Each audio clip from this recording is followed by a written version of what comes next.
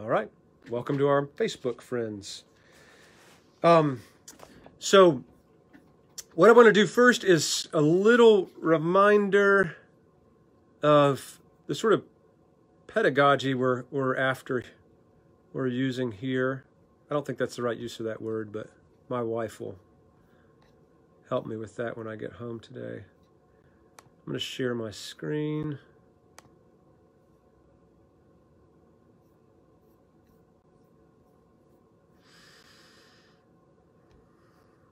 So does the top of the screen say relationship with the divine?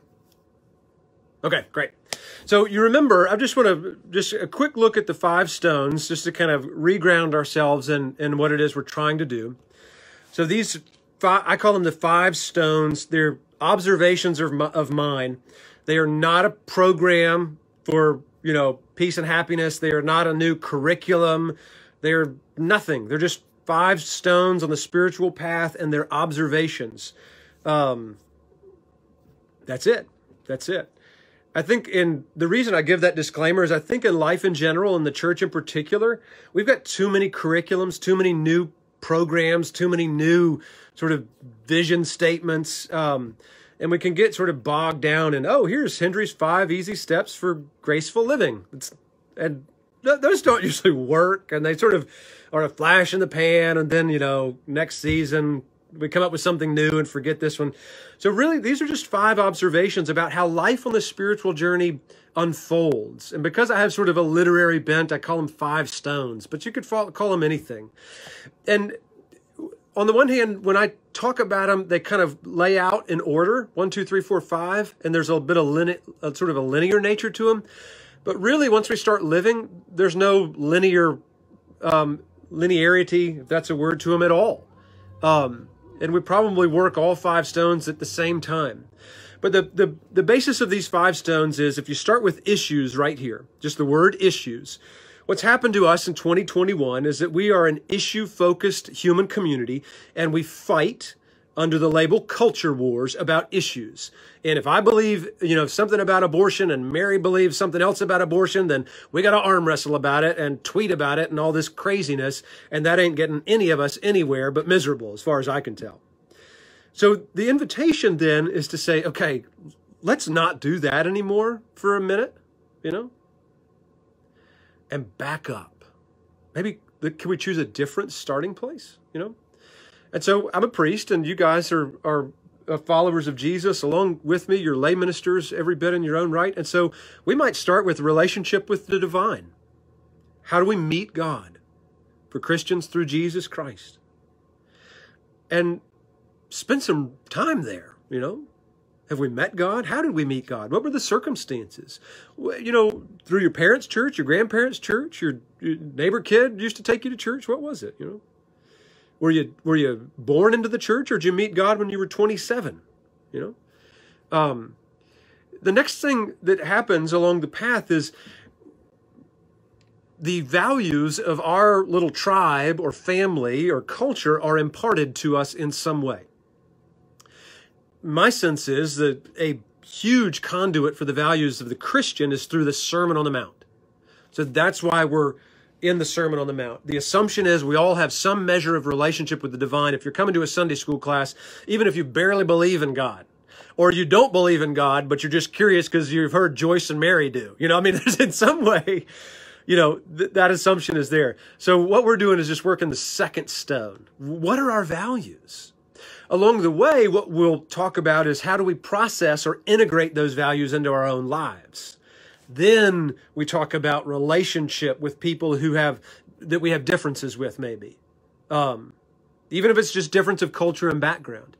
And sort of the supposition is that then we might be ready to try to take up some issues in a productive way. So those are the 5 stones. And what we're doing is this sort of dive in to values. One of the things that's really interesting to me, and I think important to note over and over and over again, is that we might be tempted to say, well, if we're all followers of Jesus and we're all discovering our values in the Sermon on the Mount, or all our parents or godparents or grandparents got the values from the Sermon on the Mount, then we all have the same enunciation or articulation, right, of those values. Absolutely not. In fact, the core value of love manifests itself as operational values, as I am calling them in the Sermon on the Mount through the teaching of Jesus. But then those operational values get operationalized, sorry for the jargon, in context. So one easy way I put it is, I was born in Atlanta, Georgia. And when I was born, my family lived in Noonan, Georgia, which in 1975, when I was born, was a tiny little town, more or less south of Atlanta, in the deep South, right? The deep South. It was wonderful. Wonderful family, nothing bad to say about anything or anything to do with any of that, right? But it's a heck of a lot different from the same, sort of my counterparts who were born in, let's say, Manhattan, or let's say Seattle, Washington. Those are I'm just choosing arbitrary, or Topeka, just very different. So the way that those values came through my Christian parents in the Deep South in 1975 is a particular way, as are all those others. I don't even have a sense that it's about right and wrong, right? I have zero desire to go to that place. I find it to be very unproductive, frankly. I find the really neat starting place to acknowledge that it's super different. Now, as God works on us, and God is working on all of you, or else you wouldn't be, here. What happens is we make a shift from having this sort of critical lens to having a curious lens. So it's a shift from criticism as my MO to curiosity as my MO. So when I'm in the critical mode, I'm like, well, this is the way we did it down in Georgia. And, I actually was born in Atlanta and lived in Noonan and Raleigh. And, this is the way. And Cindy, I don't know where you're from, but how did you come to believe the way you believe, That's critical, right? The shift to curiosity is, I grew up in the Deep South. There's a trip down there, y'all. I mean, it's different. I live up here in Kentucky now, and even though Kentucky, it's different. And Cindy, tell me where you're from. Oh, you're from there? Oh, wow. I've been there once, but I know next to nothing about it. Tell me, how did you come to believe the things you believe? Do you feel the difference there? And it's just a shift that empowers us to honor context as a huge variable. And then when Cindy says, well, Henry, I was wondering when you'd ask, because I disagree with you on everything.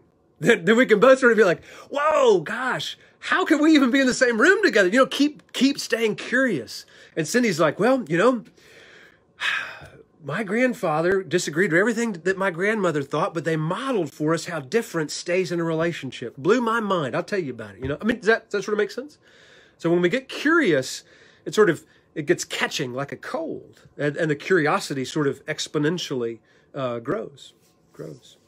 So that's our sort of context for the study, sort of some of the tools we're trying to use. So now what I want to do is read, and then we'll talk.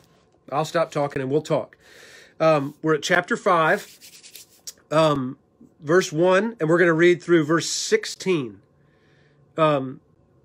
Susan Brown, I wonder, do you have the Bible there? Can I put you on the spot to read, or would you rather me put somebody else on the spot? Yeah, that's fine. I've got it right here. Okay, so Susan, you'll read for us chapter 5, verses 1 through 16. When Jesus saw the crowds, he went up the mountain, and after he sat down, his disciples came to him. Then he began to speak and taught them, saying, Blessed are the poor in spirit, for theirs is the kingdom of heaven. Blessed are those who mourn, for they will be comforted. Blessed are the meek, for they will inherit the earth. Blessed are those who hunger and thirst for righteousness, for they will be filled. Blessed are the merciful, for they will receive mercy. Blessed are the pure in heart, for they will see God. Blessed are the peacemakers, for they will be called children of God. Blessed are those who are persecuted for righteousness' sake, for theirs is the kingdom of heaven. Blessed are you when people revile you and persecute you and utter all kinds of evil against you falsely on my account. Rejoice and be glad, for your reward is great in heaven. For in the same way they persecuted the prophets who were before you. You are the salt of the earth. But if salt has lost its taste, how can its saltiness be restored? It is no longer good for anything, but is thrown out and trampled underfoot. You are the light of the world. A city built on a hill cannot be hid. No one, after lighting a lamp, puts it under a bushel basket, but on the lampstand, and it gives light to all in the house. In the same way, let your light shine before others, so that they may see your good works and give glory to your Father in heaven. Thank you. Beautiful, beautiful. So what in any of that, whether the Beatitudes or the text appointed for today on salt and light, or anything in Amy Jill Levine's book, which for some of us is a guide for this study, reaches out to you, emerges and grabs hold of you, raises a question, causes a concern, gives you hope, discourages you. What's in there for you? I think a hopeful piece to me is just thinking about salt in general. Everybody that knows me knows that I really don't cook. And I come from a family that all have high blood pressure, so we grew up not salting a lot. And so I'm particularly probably extra sensitive to salt. And so just that awareness that it only takes a little. Yeah. And so I think that in terms of my own effort, my ability to contribute, like I don't have to give like a whole container of Morton salt. It's just a little tiny bit that then I or anybody else can contribute that makes a difference. Yeah. Beautifully put. How often do we hear stories, Mary, that the smallest act of kindness that we might have done or someone else might have done that we didn't even think about had the biggest impact?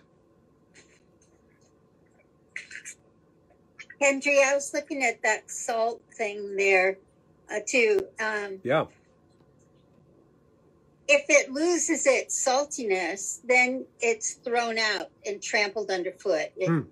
So if we are the salt of the earth, and for some reason we kind of lose our focus, then we're thrown out, and there's no redemption after that. There's no reconciliation. Is that what that says? That's a great question. So whenever I come up upon a text that seems to say there's no way out, there's no reconciliation, no redemption, what I always do, Joyce, is I say, okay, Jesus is the one who said this. So let me look at the other teachings of Jesus and see if this seems like Jesus would ever preach me into a cul-de-sac or a dead end. And so then I look at things like the parable of the prodigal son. I look at things like the parable of remember that parable where everybody gets paid the same, I look at all of these, the woman looking for the lost coin, the shepherd looking for the lost sheep. And I would say, well, no, Jesus doesn't preach us into a cul-de-sac. So that must not be what that means. Trampled underfoot must not mean, eternally distanced from God. So then what can it mean? And I remember that Jesus is a wisdom teacher. His favorite things are hyperbole, parable, and metaphor. So then I say, okay, circle back around to that, Hendry. What could thrown out and trampled underfoot mean? So any ideas from you guys?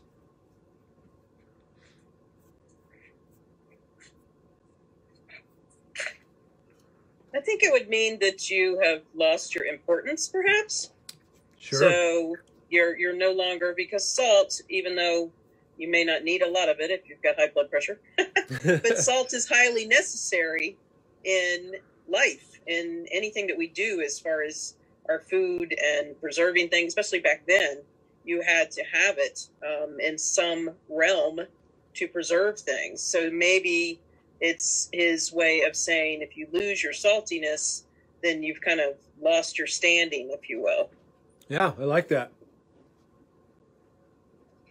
I thought it was, in the context, it was talking about the salt itself. It wasn't saying that you're worthless, that you need to be trampled upon, but it's that we need to work together to restore the salt. Nice. I'm finding a kind of a judgmental reading of it, which is always dangerous to be pointing outward. So I'll own that. Sure. But what comes up for me is the version of church that has been rejected, and even rejected by my own children. A version of Christianity that looks unloving, that looks very harsh, that they don't want any part of. And, I never thought of it this way before, but just in this moment, that is one way of looking at salt that's lost its saltiness. Yeah. Well put. God, that's well put. I wonder about this idea of holding on to things that, if salt has lost its flavor, you throw it out and you get new salt. You replace it with something that's more effective. And so I wonder, and I'll say this was looking inwardly for me, if there are things I'm doing that makes me unsalty salt, unuseful salt, maybe I need to set those things aside and allow them to be trampled on the ground and allow the salt to be replaced with fresh salt that's more impactful or more useful. Yeah, beautifully put. All of you. That's kind of where I am. When I'm working on something and it's not working, it's sometimes, wise and compassionate people can mirror what I'm doing back to me and gently show me that I have made the thing about me and not about, love, frankly. And in that moment, I've lost my saltiness.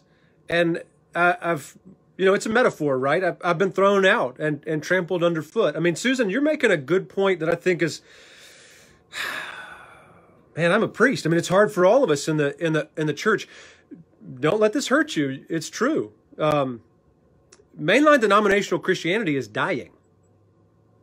It is. It is. And we could spend a whole nother season of our lives sort of diving into why that is and what we might have done to contribute to it. But in a sort of a way, just as the big metaphor, the church is losing its saltiness. Now, why is that? Well, again, maybe not the subject for right now, but suffice it to say, when we focus on love, we seem to do well. When we get caught up in things that are other than or less than love, we seem to be not appealing to the world, as it were. So in what ways have we lost our saltiness? I think Jesus was dealing with the same thing in his day. He said, what did he say? Remember, dear ones, the Sabbath was made for you, not you for the Sabbath. If we make the rubrics and the rules the main thing, we may well be salt that is losing its saltiness. When we realize that the rubrics and the rules, as it were, are for us, we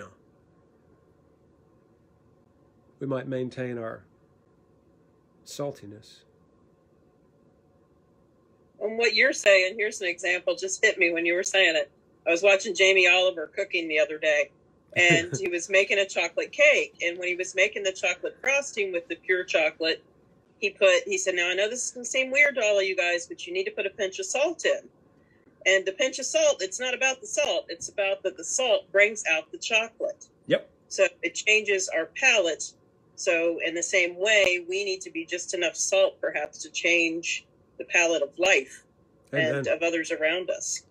Would that make sense? I think so, Carol. What I love about that is you're mirroring back to me. One of the things I love about the salt is the salt is not adding anything, right? It's bringing out the inherent value in a situation, in a person. Right. And Jesus, I think Levine says this. I think I got it from her, what I'm about to say. What's interesting is Jesus doesn't say you're the pot roast, right? You're the main course. He says you're the salt. Now, if Susan makes pot roast for all of us and she does just right with the salt, kind of to your point, Carol, we're not going to comment on the salt. We're going to be blown away by the pot roast. The salt will never come up. So there's a teacher whose name is Maggie Ross. And she has this great one-liner. She says, all true sacred signs should efface. E-F-F-A-C-E. I think I'm spelling that. Efface. Right? Which efface, as I understand it, means sort of yield, give way, disappear. And all true sacred signs should efface. Yield to what? Unmediated experience of God. So whether it's a candlestick, a sermon, a robe, a finger pointing at the moon, if it's a true sacred sign that knows its vocation as a sign, as salt, then finally it'll yield. You won't notice it. You'll just be enamored of the moon, not the finger, right? And I think maybe Jesus is calling us to be meek like that. Meek as salt. When it's just right, the main thing is the main thing, not the salt. Analogy about the meat and the salt. But often I think that in today's world, realizing we're supposed to be of him and not of the world, we've got too much salt at times and not enough the main thing, which can go back to the love or whatever. But so when I can't remember who brought it up, Susan, about the church for the youngsters. Yeah. I think, Susan, there's so many of us that are experiencing that with our own children. I am trying my best to, indoctrinate my grandchildren that maybe, it really has fallen away. So it is, and I have found that the best thing that works is it's a little salt at a little time. But I focus on the main things, hoping that we can bring that back. Because I personally don't think that focusing on ourselves, it's all about me, is the best way for us to be. To get to love. Amen. It's not about loving me. It's about loving others. Yeah.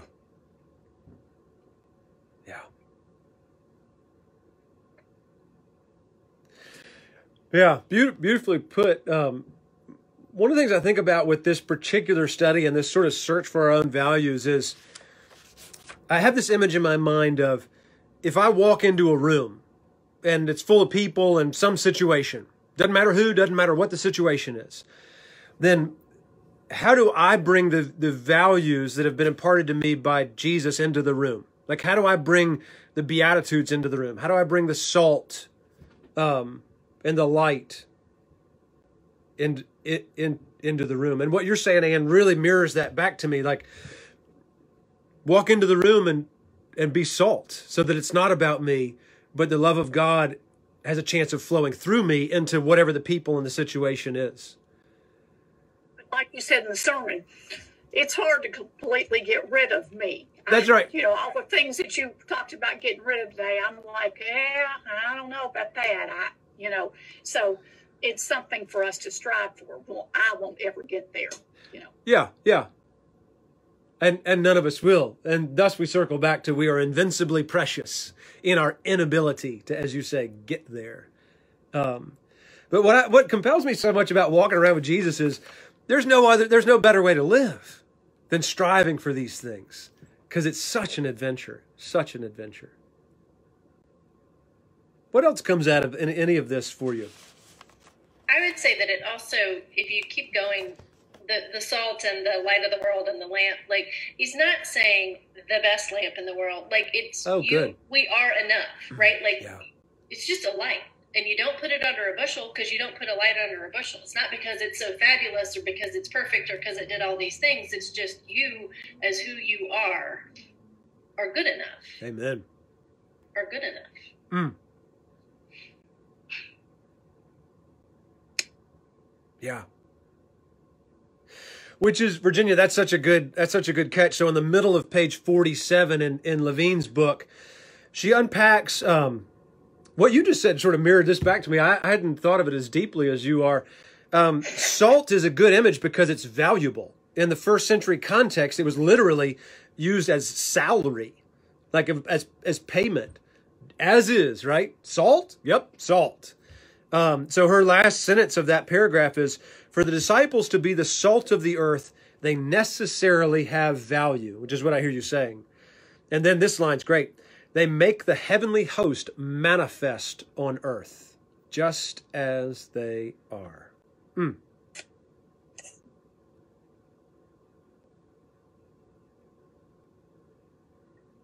There's at the beginning of that next paragraph on page 47. Salt is the enhancer. Isn't that a great vocation? Because of the subtlety in it. It's like Cindy is the salt. So when she walks into the room, the moment is enhanced. Not to Virginia's point, because Cindy's like this great personality. Cindy does have a great personality, but her vocation is salt, is that when she walks into the room, the moment is enhanced by her love, by her allowing God's love to flow through her. Now, somebody could say, well, no, I think it's because of personality. No. Go back to the temptation scene in chapter 4. Jesus is given every opportunity to go for acclaim, esteem, approval, power, all that stuff. And he turns it down, which should be one of our clues. You know, if we're sort of detectives, this is one of the clues that we use to discover what salt is. What are the characteristics of salt? Enhancing, because we are folks who are undergoing an effort to allow God's love to flow through our lives. Well, and if we can really, this is hard, right? But if we can really, really hear that and believe that we just are valuable, that we just are valuable, then that changes so much of the way you walk in a room and the way you behave in a room and what you say. Yeah. And if we can mirror that for other people and say to them, you are just valuable. You don't have to crow from the top of your lungs, right? Like to make me see you. I see you and you are valuable. And that just changes the dynamic completely. Amen.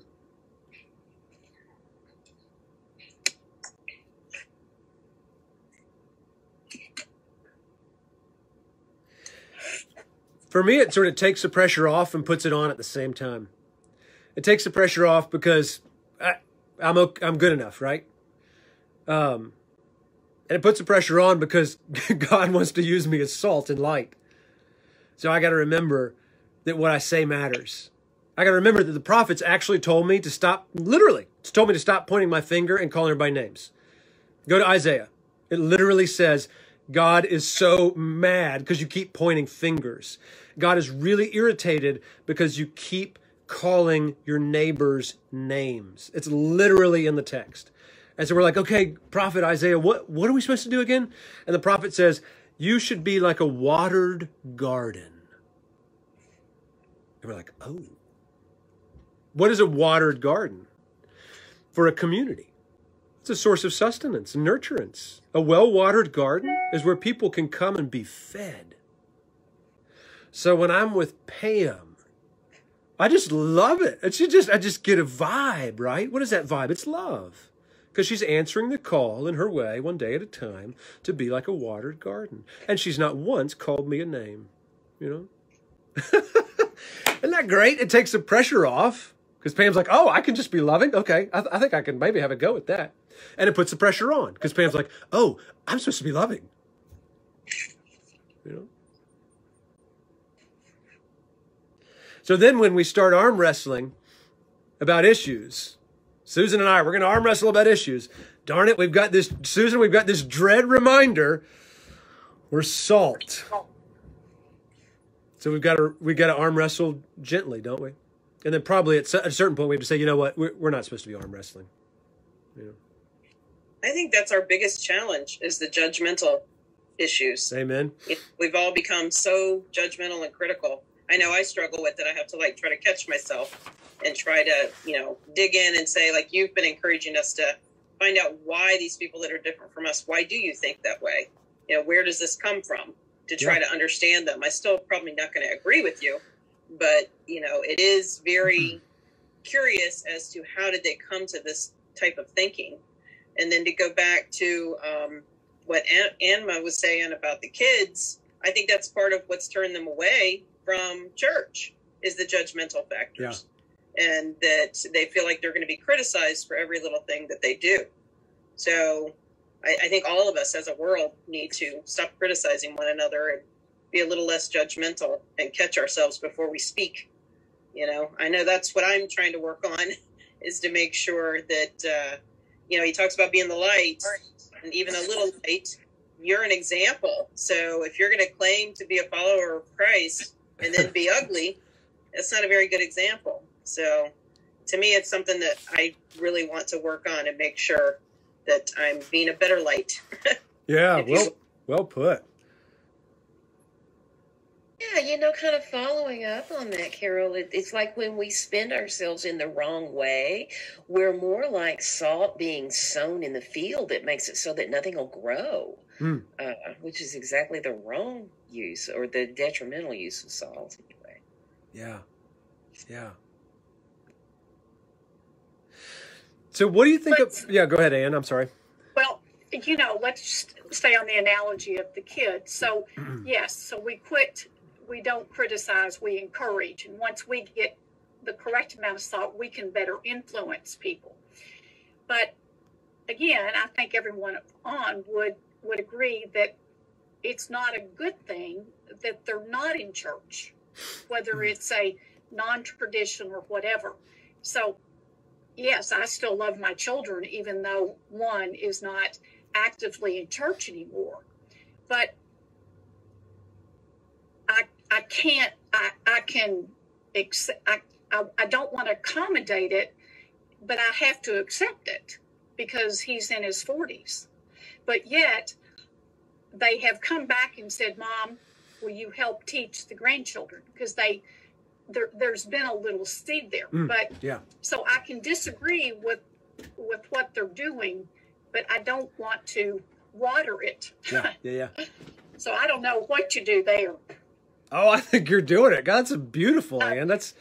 You're doing it. Golly. Well, yeah, but it's difficult not to say to them, you know, not ugly, but get your butts off that church couch and get in church. Right. I mean, that doesn't work, but that's what I'd like to say. So there it is in me. I'm too salty. I want to scream, not, you know, you're going to need this. Yeah. But, you know, I was in church, but maybe not getting it, you know. But anyway, it's confusing, Henry. And I apologize, but I've got to drop down to church to get my Church Under the Bridge. Oh, good. There. Good. But I love the discussion. Yeah. I'm not leaving because I'm not interested. Okay. Thank you, Ann. And thanks for participating in Church Under the Bridge. Yeah, I mean, I think Ann makes such a good point for me. It's not like salt is all, you know, rainbows and roses, right? I mean, salt can certainly be confrontive. And in fact, in the first half of life, as we say, if you don't have confrontive salt, with all due respect, you have grown up into a man-child, as we say. Or can we say woman-child? Is that the same? Yeah. It's like, oh, Lord. No one ever taught this one anything. No, you never got any pressure on you, you know? So there's a really, I think what Ann's pointing me to, and Ann, you're ahead of me on the parenting path, but I run into it with my teenager. It's like, I've got to be the right amount of confrontive salt. And being the right amount is look, I fail at it daily. It's tricky. God, it's tricky. You know, my mother said something to me a few years ago that was one of the most profoundly beautiful things anyone has ever said to me. And it just really came as a powerful, powerful gift from her because she's my mother. And my mother and I are absolutely normal human beings. So we've gotten along beautifully over the years and struggled over the years, just like every other human being. So, and she's great. She's as good a mom as you could possibly have. She said to me a few years ago, she said, you know, Henry, this is so simple. It may not resonate with y'all, but she said, over the years, I've of course heard what you teach and preach and this sort of stuff, and of course I know I tried to teach you a lot of stuff. And she said, there are probably some spots where you and I are a little bit different theologically, but she said, I don't let that bother me because I don't think God cares all that much about theology. Now, my mother did not say that to me when I was 12 years old. She said, she would never have said damn, but she said, God does care about theology, and here's the da-da-da-da. She was doing a good job parenting a young boy as a mother. And she cares a lot about theology. She's no hippie, trust me, my mother. But God, what a powerful thing to say. It was really, to be honest with you, it was rather an enlightened thing to say. I don't let that get in the way, because in the end of things, I don't think God cares that much about theology. Now, can you handle that as sort of a wisdom saying, like a salt saying? It's not we're not going to start a new church that doesn't have a theology. That's a cone. That's like a little parabolic, beautiful thing. And a really sharp thing for a mother to say to her adult son. Does that make sense? You don't say that to a 12-year-old. I don't say, my children, theology matters. I'm still raising them. But I think Anne just sort of made me think of that. That's sort of a wise use of salt, maybe,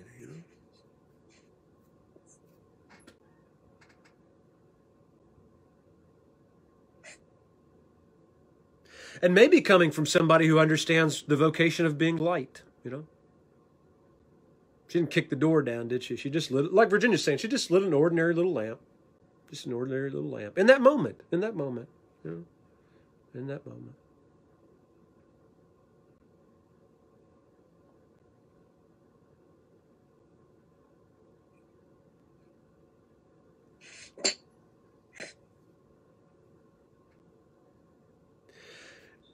I've been really appreciating thinking about how the people who Jesus is talking about in the Beatitudes are salt and light. Like how the poor in spirit are salt, how the mourning are salt, how the meek are salt, and on and on and on. And how they're little salty saints. I mean, they're saints.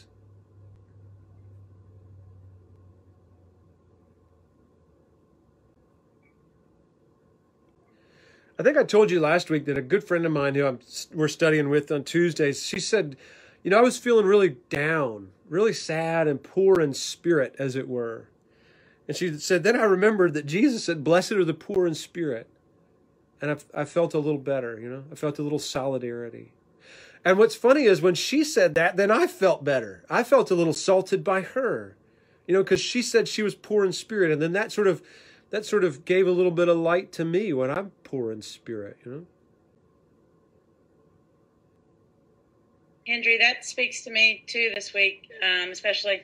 I'm teaching to an empty room of kids as the virtual teacher. And this week that has been difficult.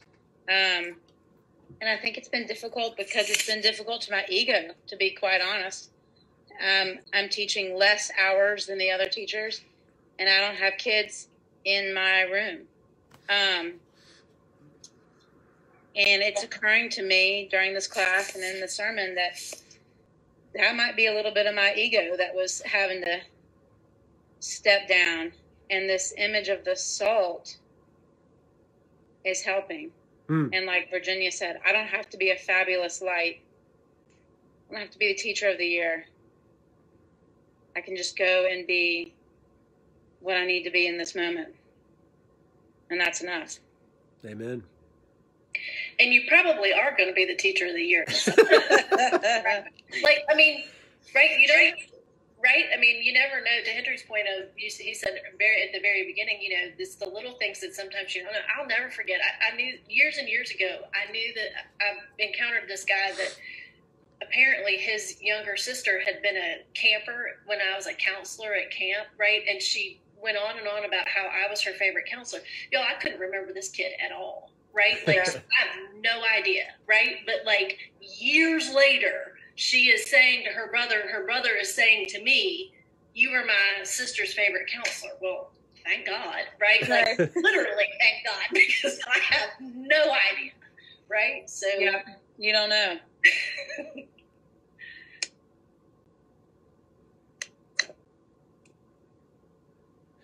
Beautifully put, both of you.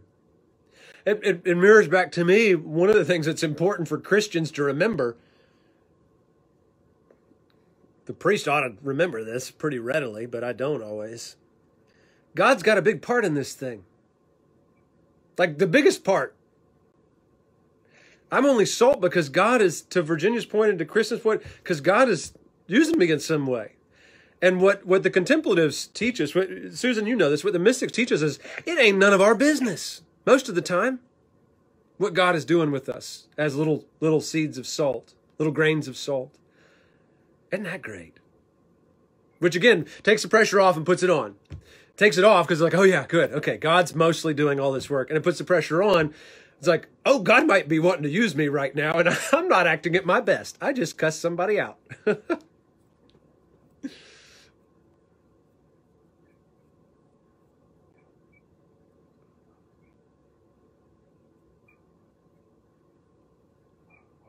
Well, and I think that's why they, I forget who it was I originally heard talk about this, but actually President Biden is very much this way. To anywhere you go, if you're going through the grocery store line, say a nice word to that person. They might have had a horrible day. Yeah. They might be facing things that you don't know about, but just to offer a smile and how are you actually doing today? And that sort of thing is, I think, you never know how those kind words to a stranger may be the best part of their day. So, or even your fellow workers, try to remember little things and say, yeah, I remember you saying something about your mom being sick. How are they doing? Those kind of things.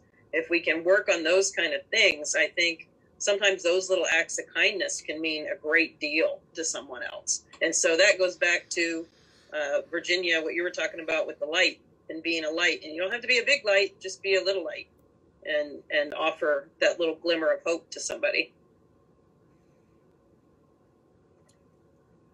I just got an idea about salt and light.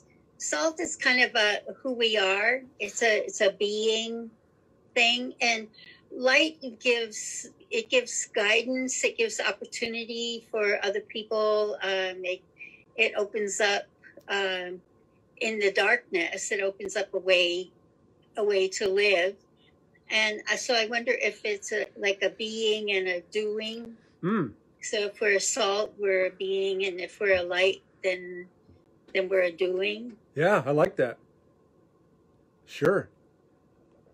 I like that verse in Psalm 119. Learned it as a kid. Oops, I just lost it. The light to my path and a light to my feet and a lamp to my path always, or the other way around, whatever it is. Yeah. And there's some kind of a movement there, and things are happening because your feet are moving, and you have a direction and all that. So, being and doing. Does that make sense? Oh, it does beautifully. And I think, Joyce, you've just modeled for all of us what Jesus wants us to do with the text, is pick up the text and find a useful way to let it work in our own lives. So, yes, being and doing, salt and light, yes, absolutely. And then, Graham or Kristen or Janie or Carol or anybody might pick it up and sort of, and I've got this kind of little twist on it. So, absolutely, being and doing.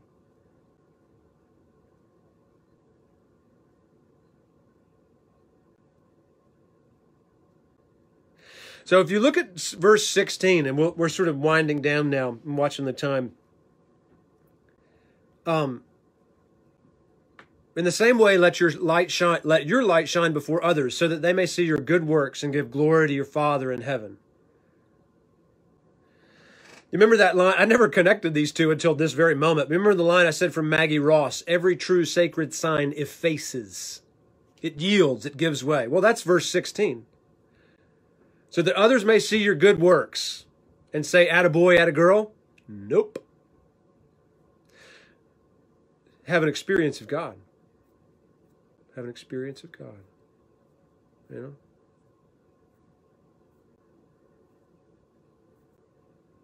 It's making me think of, and I know we're ending, but when the house in which Hendry and I grew up in, our parents did newcomers dinners at our house, I don't know, once a quarter or something, and they would invite new members of the parish to come to the house, and Hendry and Todd and our sister and I would be upstairs wishing they would leave, but anyway, it was very nice. And my parents had two couples from the parish who would always come and help them do these dinners. And one of the things that they did was they made sure that of those two couples, that was two women and two men, one of those men always wore a tie. One of those men never wore a tie. One of those women wore slacks. One of those women wore a dress or a skirt every time. And they did that so that no matter what someone was wearing, when they came to the house, someone else would also be wearing that. And most people don't know that, right? Like the people that came into the house don't know that they were doing that. They don't know, like that was not an advertisement. I'm telling you all that, but right, like I know that from my mother. But it was so that they could model, like it was inclusion and you're okay, right? Like, and we're going to do this. We're not going to tell you we're doing it, but we're doing it so that we're shining a light and you will see it and be comfortable. And it was just a little enhancer, right? Yeah, that's a great example. Wow. That's a great idea. That's something really good to remember for social events, for sure. Mm-hmm. Yeah, the kids go to parties and feel so pressured by what they're wearing. That's right. You know? Yeah. That's cool. It's a good thing for church too. I never tied that, Virginia, to Sunday morning, but that's a good thing for Sunday morning too. Mm-hmm. Yeah, definitely. We need to assign somebody to wear flip-flops every Sunday. One person at least got to. Oh, that's great.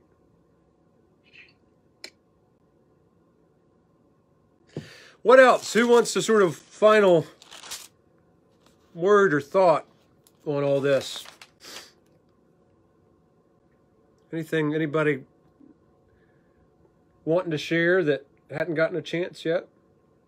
Well, I'll just say you all are really good salt, because like this is one of those readings that I've heard 9 gajillion million times, having been, cradle Episcopalian, and I've thought about it, but to have these different kind of approaches to it and think about, again, with values, but also in context, how do I take this away and actually utilize this in a daily way going forward?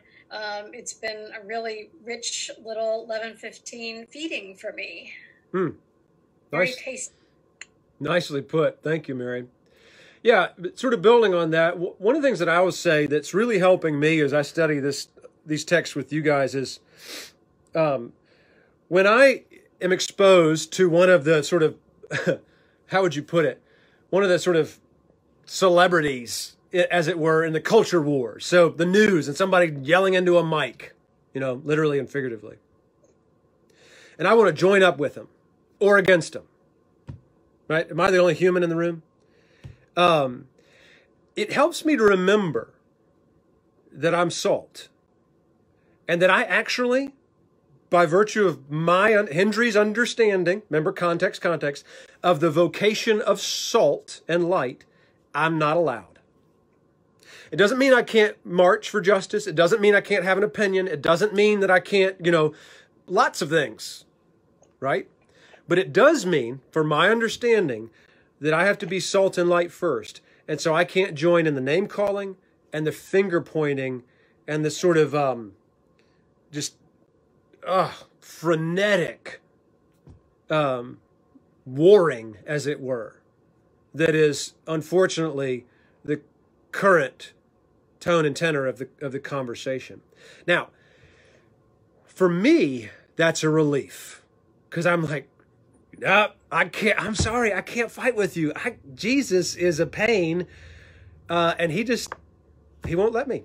I've got to double down on love, So to understand, kind of building on your point, Mary, to understand afresh what it really means in the workaday world to be salt and light, and that's my vocation, and that we're all going to be dead soon, so I don't have long to sort of work on my vocation. We're all going to be dead soon, right? Even if you live another 40 years in the grand scheme of things, that's not all that long. Oh, okay, you got 60 years, great. The universe is 14.8 billion years old. That ain't that long. Life is short. We got to treat it like pure gift every moment. How can I be salt in this moment? And how can I receive your saltiness in this moment? You know, like God's trying to give us gifts in every moment through each of our neighbors. Like, how can we put down the rigmarole and the going back and forth and receive the gift of each other's salt and light? You know, it's all gift. So next week, it's going to get real. Next week, we get into what Amy Jill Levine, I think I'm right on this, calls the extensions. And they're hardcore. That's where we get into, yeah, I'm right on that. Love your enemies, you know, all this kind of stuff. And it's wonderful, wonderful stuff. So read the text. That's Matthew 5:17 through 48 in the gospel. And then if you've got the book, read the text there. If you don't have the book, don't worry about it. But it's big part of chapter 2 in the book. So I hope y'all have a great day. I'm going to try to get out of here and go enjoy this sunshine. I hope you do the same in your own way. Remember this: God loves you. I love you. Peace.